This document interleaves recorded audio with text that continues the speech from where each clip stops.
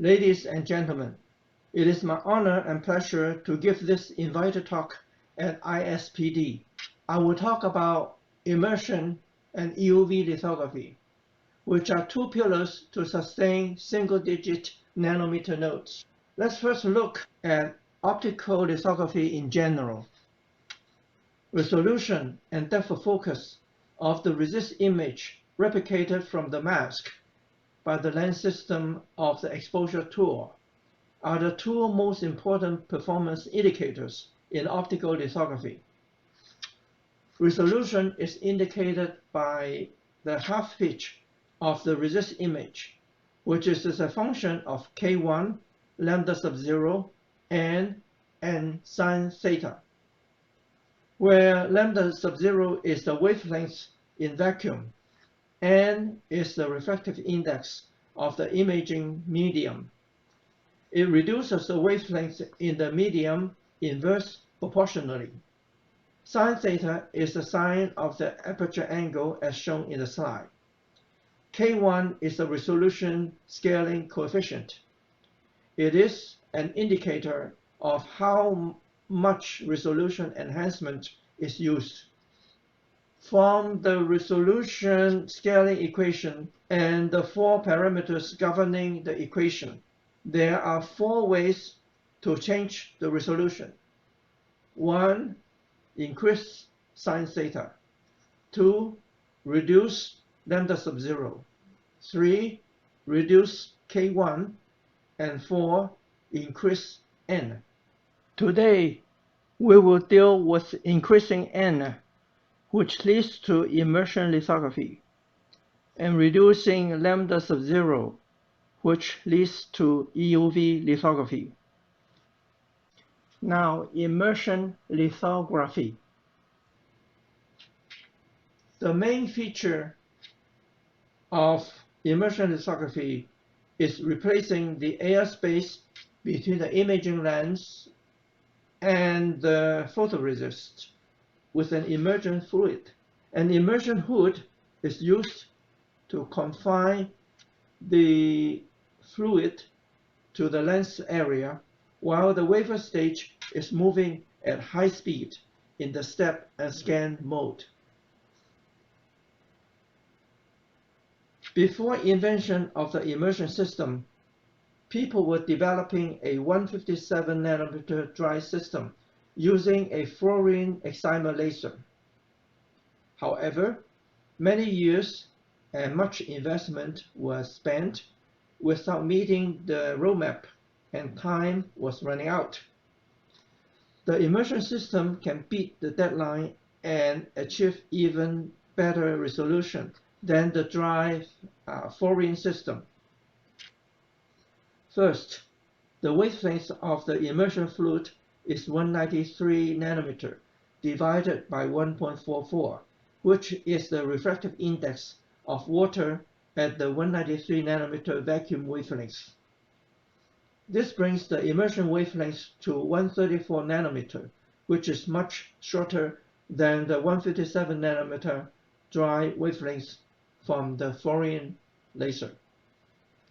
Second, the key lens element at 157 nanometer uses calcium fluoride, which has been developed for years and still was far from meeting the quality and quantity requirement for 157 imaging.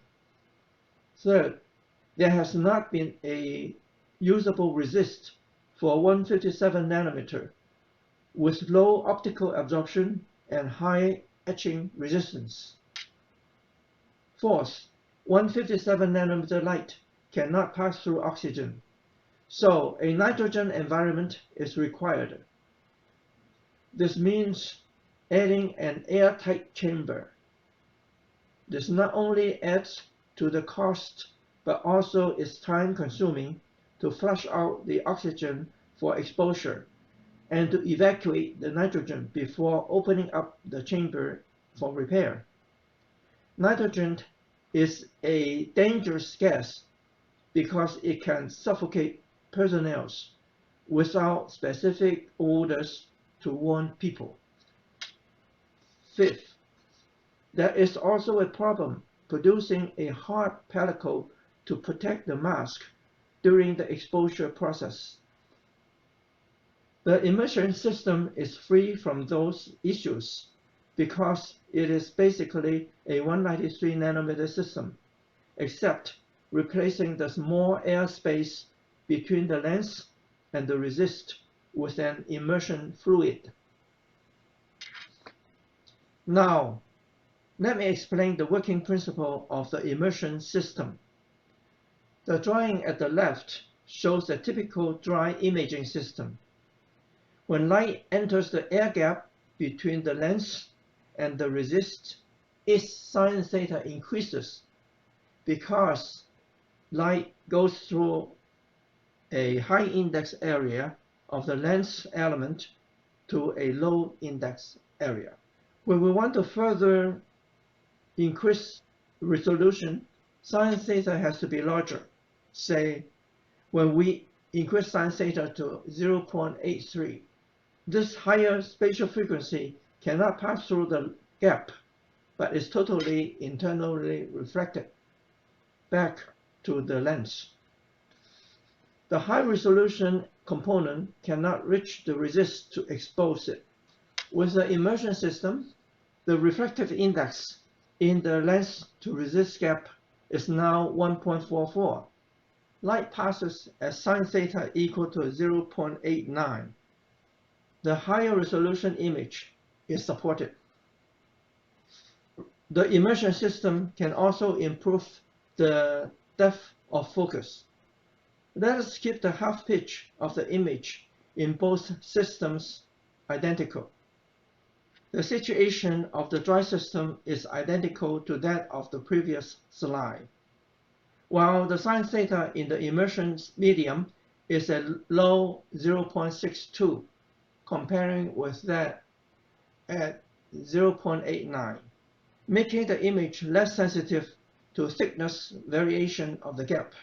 That is, the depth of focus is increased. The depth of focus advantage is demonstrated experimentally. With the dry system, the depth of focus is 0.35 micron, while 0.7 micron was achieved while imaging the polysilicon layer on the active layer at the 90 nanometer node. With all the advantages of the immersion system, there must be some difficulty to overcome. Defect handling is one of them. Water is a good solvent. It readily detaches particles from other places and carries them to the wafer surface, resulting in particle defects.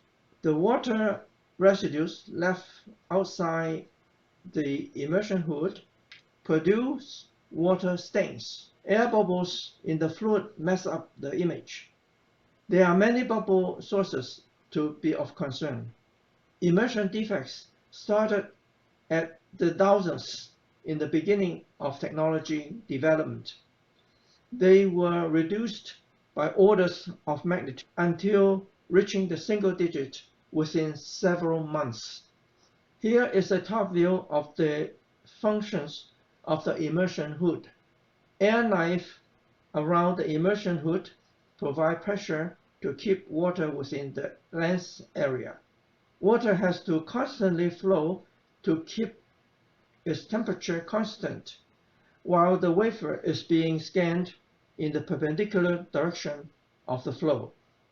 At the end of the scan, when the entire exposure field is covered, the wafer is stepped to another field position and scanned in the opposite direction of the previous scan until the entire wafer is covered. A modern scanner can expose 250 wafers per hour, that is, about 15 seconds per wafer. The wafer diameter is 300 millimeters. A colleague and myself were lying under the immersion scanner being assembled to examine the immersion hood from the bottom. I am the person wearing a watch. Here is the immersion hood surrounding the bottom lens elements.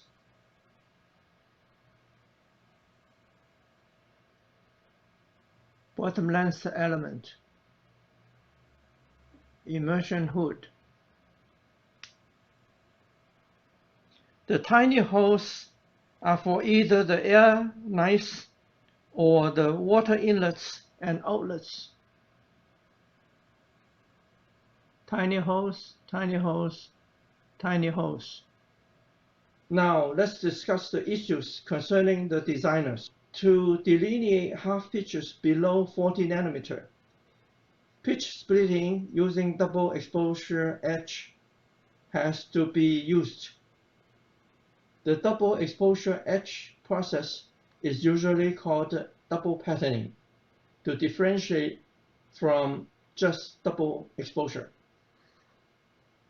The slide shows how two patterns with 40 nanometer half pitch are combined to produce a 20 nanometer half pitch pattern. Besides just double patterning, the feature size also has to be trimmed down. Multiple patterning can be used for more than pitch splitting. Here, triple patterning is used for pitch split as well as end cutting. The first two masks are used for pitch splitting.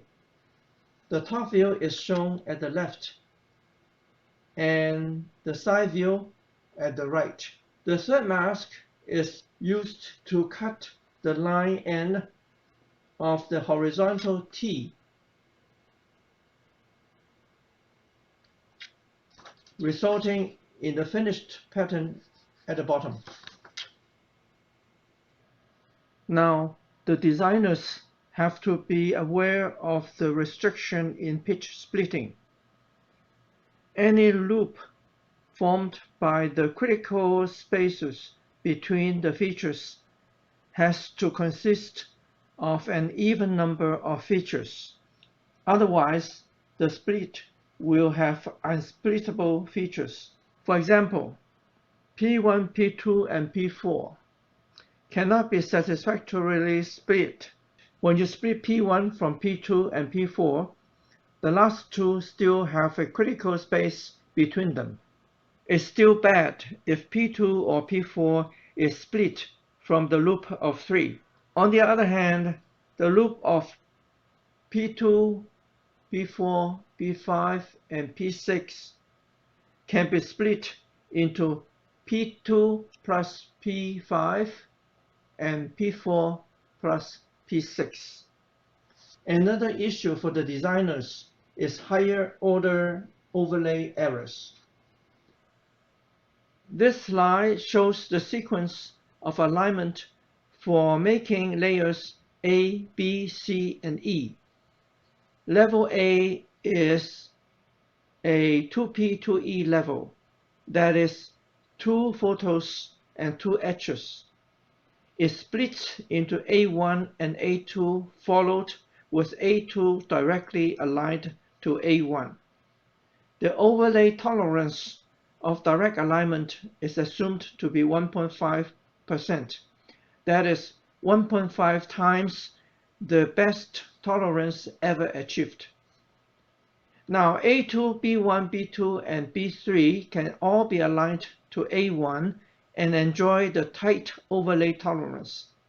However, the tolerance among themselves are only second order. That is 2.1%, which is 1.5% multiplied by the square root of 2 second orders. C1 and C2 can be aligned to B1. Then there are second and third order alignments between B2, B3, C1, and C2.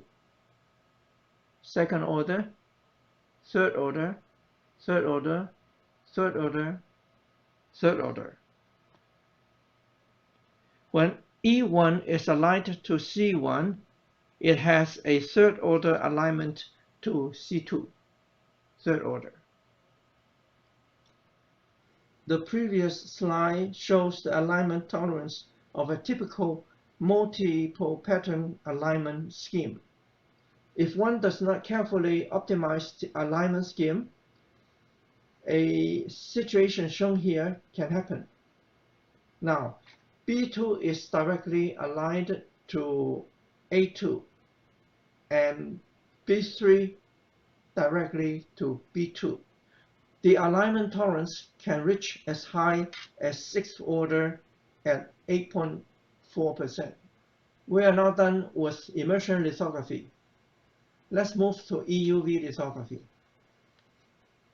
EUV lithography is quite different from near UV and deep UV lithography, which the lithography world has been familiar to. First of all, the wavelength is now 13.5 nanometer instead of 134 nanometer, which is the water immersed wavelength. So the EUV wavelength is an order of magnitude shorter than the shortest wavelength we have ever used. There is no material with sufficient transmissivity to serve as the lens material. So an all-reflective optical system has to be employed. However, no material reflects sufficiently either. Fortunately, a multi-layer system was invented. It used 40 to 50 layer pairs of silicon and molybdenum to produce a reflectivity of around 67% for the all-reflective system. EUV needs a vacuum system, implying large vacuum chambers, adding weight and inconvenience. Whenever we need to open the system for maintenance or repair, venting and pump down are time-consuming. Fifth, the surface accuracy and smoothness of optical systems is typically 50th of a wavelength. The short EUV wavelength makes these requirements at the atomic level. 6. The metrology to build the optical components and to control the critical dimension or overlay accuracy has become subatomic. This slide shows an EUV optical system composed by myself. The imaging part is taken from a published commercial lens configuration by ASML. The illumination part is taken from a published ASML alpha tool. Here I show the EUV power incident on the optical elements as a function of S, which is the resist sensitivity required to support 100 wafer per hour throughput. If S equal to 30 millijoule per centimeter square, then the power incident on the wafer needs to be 30 S milliwatt per centimeter square. That is 900 milliwatt per centimeter square. Tracing back to the power required at the intermediate focus, 128 S watt per centimeter square is 3.84 megawatt per centimeter square. That much power is required.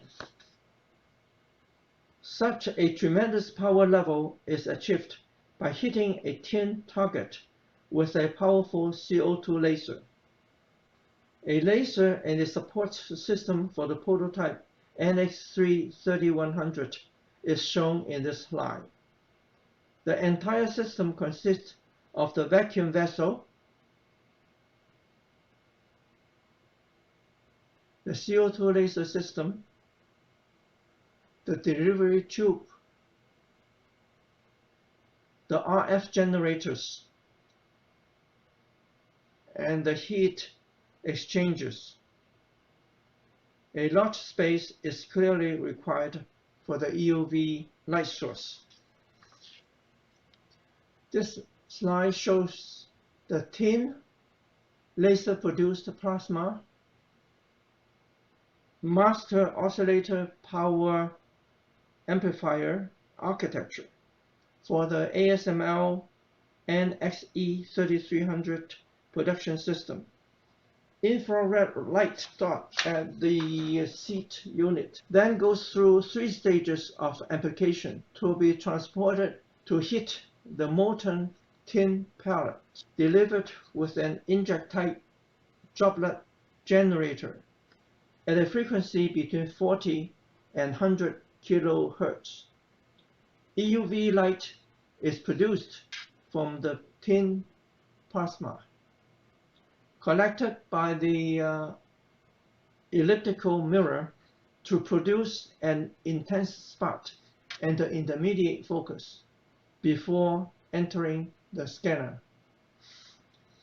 The conversion efficiency of the source is further enhanced by a pre-pulse setup.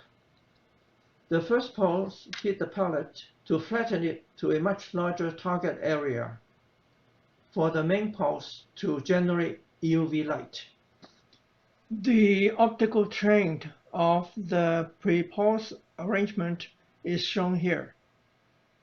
There are 2 seed lasers with slightly different infrared wavelengths.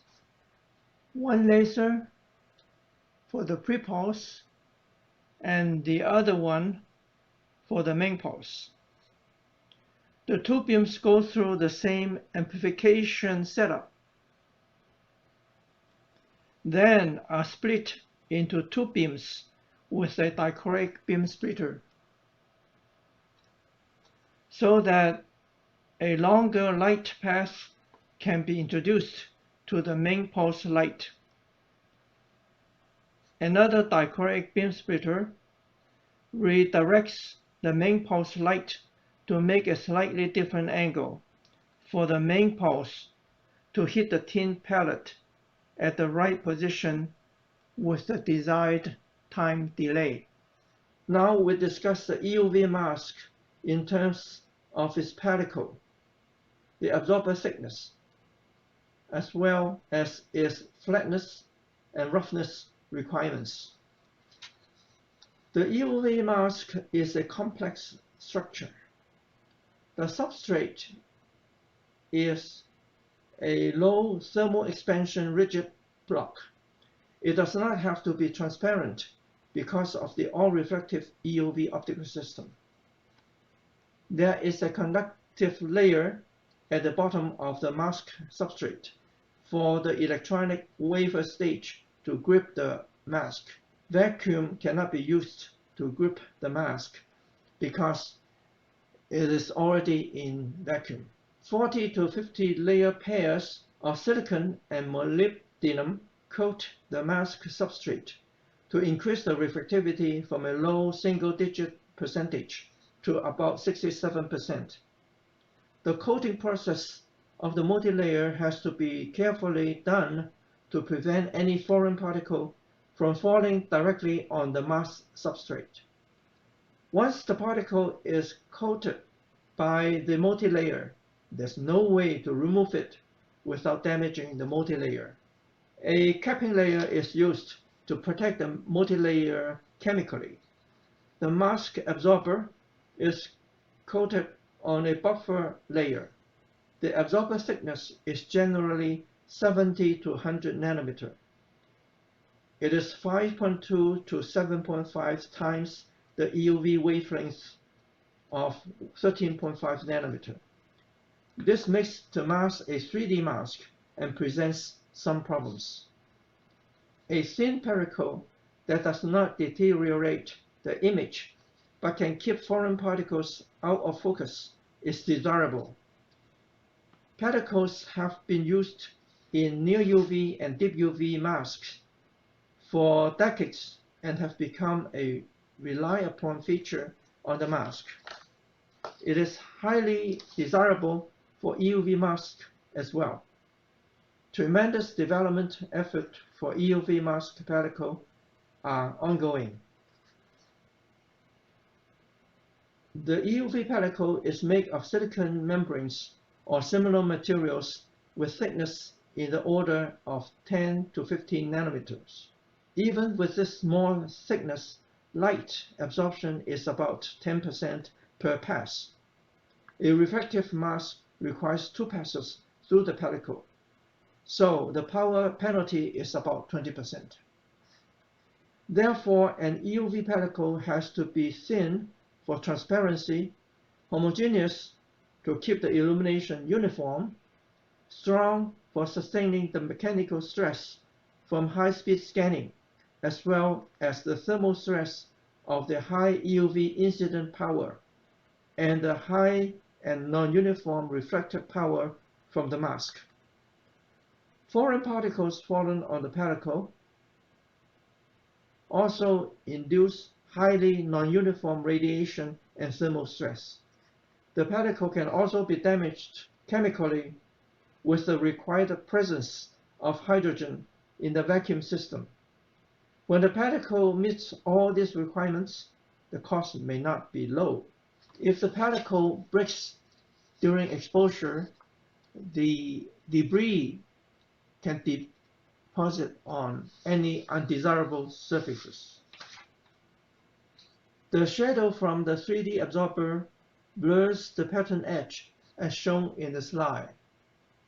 What makes it worse is that the shift ray angle at the object is not perpendicular to the mask, but makes a 6-degree angle with respect to the perpendicular direction.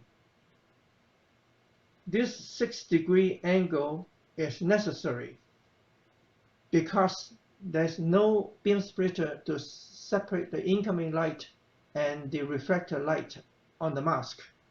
So the incoming light and the reflected light have to be separated by the obliquely incident illumination. In addition to the shadow cast by the 3D mask subjects, it is dependent on the orientation of the subject as shown in this slide. This subject orientation and this subject orientation at these positions of the exposing slit produce the largest shadow, while at this orientation and slit position, there's no shadow at all. The flatness requirement of the mask is extremely stringent. The slide shows the overlay error that is introduced from the local tilt of the mask due to substrate roughness or out of flatness. The red line is the change of direction of the principal ray due to a rotation of the mask. If we trace it out, we'll see that it introduced an overlay error at the wafer. This slide shows the overlay error introduced by a slight displacement of delta Z at any position of the mask surface from the bulk of the mask. This leads to a mask flatness and roughness spec to less than 1 nanometer. The best deep UV mask blank available has a flatness spec of 500 nanometer instead of 1. It's costly to buy EUV mask blanks that have less than 10 defects covered by the multi-layer stack. It is possible to use EUV mask with a small number of defects. The location of these defects can be mapped and superimposed with a designed pattern of a given masking level. If the designed pattern has an absorber pattern at the location of the defect, then this blank is usable for the given masking layer. If not, the mask blank can be rotated by 90 degrees 4 times for better chances of covering the defect. Blanks of a high number of defects can be used for the contact hole level where the absorber area is very large. This slide shows a particle fallen on the mask during step and repeat exposure. In the earlier scanning positions, there's no fallen particle up to this point. Then the particle comes in and it stays on for all the remainder of the exposure. The defect is micron in size. Now let us discuss EUV resist in terms of its sensitivity, thickness requirement, and etch resistance. Because of the higher power of EUV light, there are less EUV photons than deep UV photons in a given power density. The number of photons per power unit is inversely proportional to the energy level. Therefore, there are 14.3 times less EUV photons to expose a resist of the same sensitivity, and the variability is 3.8 times higher for EUV. This puts a limit on the sensitivity increase of EUV resists. High sensitivity is needed for high throughput and low cost, but it can induce high variability in the patterns, implying large roughness, CD variation, or even disappearance of small features such as contact holes. There is also a limit to the resist thickness. High aspect ratio resist images suffer from pattern collapse due to capillary force. An aspect ratio of 3.1 is generally considered the limit of pattern collapse. This means 5 nanometer features cannot exceed a 15 nanometer thickness, leading to an edge resistance issue. Now, let me conclude my talk with this slide on the evolution of lithography. The actinic wavelengths started with the mercury G line at 436 nanometer. The numerical aperture of the imaging lens started at 0.15, and the resolution coefficient K1 started at 0.8 to delineate half pitches down to about 2300 nanometer. Subsequently, the NA was increased to 0.45 in steps, following Moore's law. At this stage, the half pitch size at 780 nanometer is still larger than the actinic wavelength. I have marked the subwavelength region with orange color. The actinic wavelength was reduced to the mercury I line, allowing the NA to drop to 0.35, but before long, the NA was increased to 0.65, and K1 dropped to 0.6 for 340 nanometer half pitch.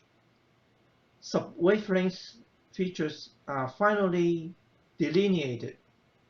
At the 248 nanometer wavelength provided by krypton fluoride lasers, the NA moved from 0.35 to 0.82. K1 dropped further to 0.4 to reach 120 nanometer half pitch.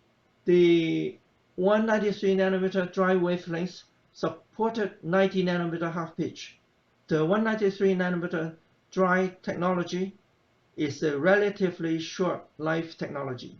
Going forward, water immersion carried the technology from 45 nanometer half pitch to the nanometer node by reducing K1 to 0.28 and employing multiple patterning.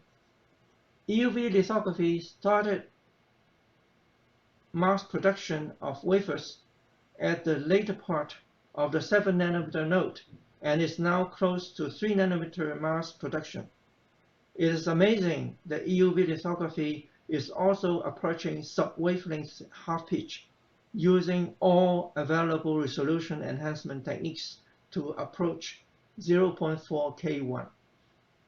Overall, we have seen lithography advanced from the 5 micrometer regime to smaller than 5 nanometer.